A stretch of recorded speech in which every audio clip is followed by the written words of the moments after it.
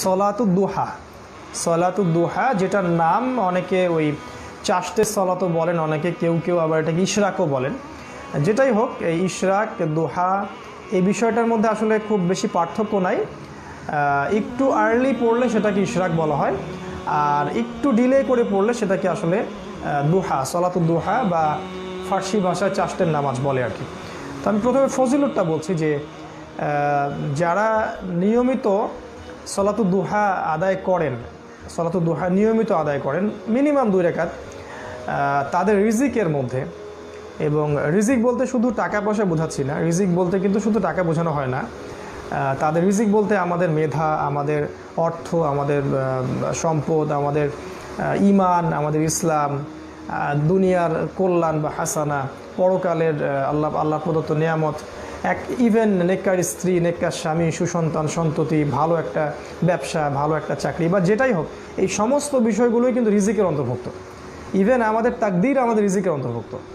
তো এই যে চাষতের সলাতটার কথা বলছি বা সলাতুদ্দোহা বা ইশরাকের নামাজ যেটাই আপনি বলেন, এটা যারা নিয়মিত পড়ার চেষ্টা করে, আল্লাহ রাব্বুল আলামিন তাদের রিজিকের মধ্যে তার পক্ষ থেকে বারাকা দান করেন, বরকত দান করেন।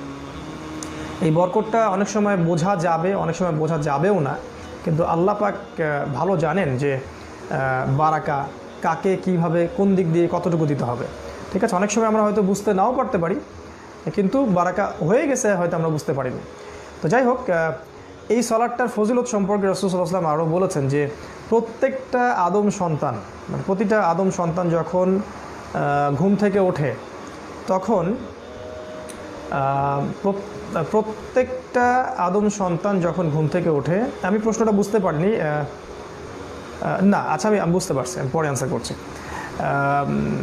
আমি আগে হাদিসটা বলে নিচ্ছি যে প্রতিটা আদম সন্তান, আল্লাহ রাসূল সাল্লাল্লাহু আলাইহি ওয়াসাল্লাম বলেছেন প্রত্যেক আদম সন্তান যখন ঘুম থেকে ওঠে, তখন তার এই যে পুরো বডির যে জোড়গুলো আছে, যে গিঁটগুলো আছে, প্রত্যেকটা গিঁটের উপরেই একটা করে সদকা করাটা তার উপর ওয়াজিব হয়ে যায়।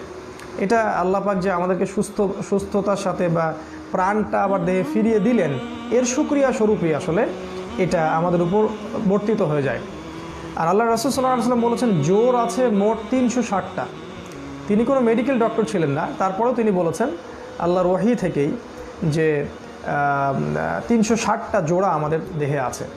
সত্যিকার অর্থে তিনি সবচেয়ে বড় মেডিকেল ডক্টর ছিলেন যদি আমরা ওই সেন্সে ধরি, কিন্তু অ্যাজ এ নবী তিনি আল্লাহর ওয়াহি নিয়ে কথা বলতেন। আল্লাহ পাক তাকে জানিয়ে দিয়েছিলেন যে আমাদের শরীরের মধ্যে 360টা জোড় আছে। আর রাসূল সাল্লাল্লাহু আলাইহি ওয়াসাল্লাম বলছেন 360টা জোড় এর সমান অনুপাতে সদাকা করাটা আমাদের উপরে প্রতিদিন ফরজ হয়ে যায় বা ওয়াজিব হয়ে যায়।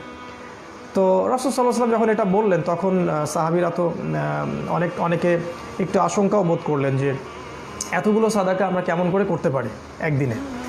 তখন তিনি বলে দিলেন যে প্রত্যেকবার সুবহানাল্লাহ বলাও একটা সাদাকা, প্রত্যেকবার আলহামদুলিল্লাহ বলা একটা সাদাকা, প্রত্যেকবার আল্লাহু আকবার এটা বলা একটা সাদাকা, লা ইলাহা ইল্লাল্লাহ বলা একটা সাদাকা, লা হাওলা ওয়ালা কুওয়াতা ইল্লা বিল্লাহ এটা বলা একটা সাদাকা, বা কাউকে ভালো কাজের আদেশ করা সাদাকা, কাউকে মন্দ কাজে নিষেধ করাটা একটা সাদাকা, কোনো রাস্তায় কোনো কি বলবো যে কষ্টদায়ক কিছু পড়ে আছে এটাকে তুলে সরিয়ে দেওয়াটাও সাদাকা। মানে প্রতিটা ভালো কাজই কিন্তু সাদাকা। ঠিক আছে, ইভেন স্ত্রীর মুখে যদি খাবার কেউ তুলে দেয়, কোনো স্বামী বা স্বামীর মুখে স্ত্রী যদি খাবার তুলে দেয়, ইসলামে বলা হয়েছে সেটাও একটা সাদাকা, সুবহানাল্লাহ। তো এইভাবে তিনি ব্যাপারটাকে সহজ করে দিলেন, এবং তিনি বললেন শেষে, হাদিসের শেষ অংশে, যে যারা এগুলো কোনোটাই করতে পারবে না, কিন্তু শুধুমাত্র 2 রাকাত সালাত আদায় করবে, কখন? দুহার সময়, মানে আমাদের বাংলাদেশ বা যে আমাদের ক্লক যেটা আছে, এই ক্লকের টাইমে ধরে নেন যে 6টা থেকে, মানে সূর্য ওঠার পর থেকে 10টা সাড়ে 10টা পর্যন্ত, এই যে সময়টুকু, এই যে 6টা বা 5:30 বা 6টা থেকে যে 10টা সাড়ে 10টা এই টাইমটুকু আছে, এই টাইমটুকুর মধ্যে যারা 2 রাকাত সালাত পড়বে, এই সময়টুকু বলা হয় দুহার সময়। মানে দুহা মানে সূর্য একটু উত্তপ্ত হয় আর কি, এটাকে দুহা বলা হয়। কোরআনে একটা সূরা আছে ওয়া দুহা ওয়াল লাইলি ইযা সাজা।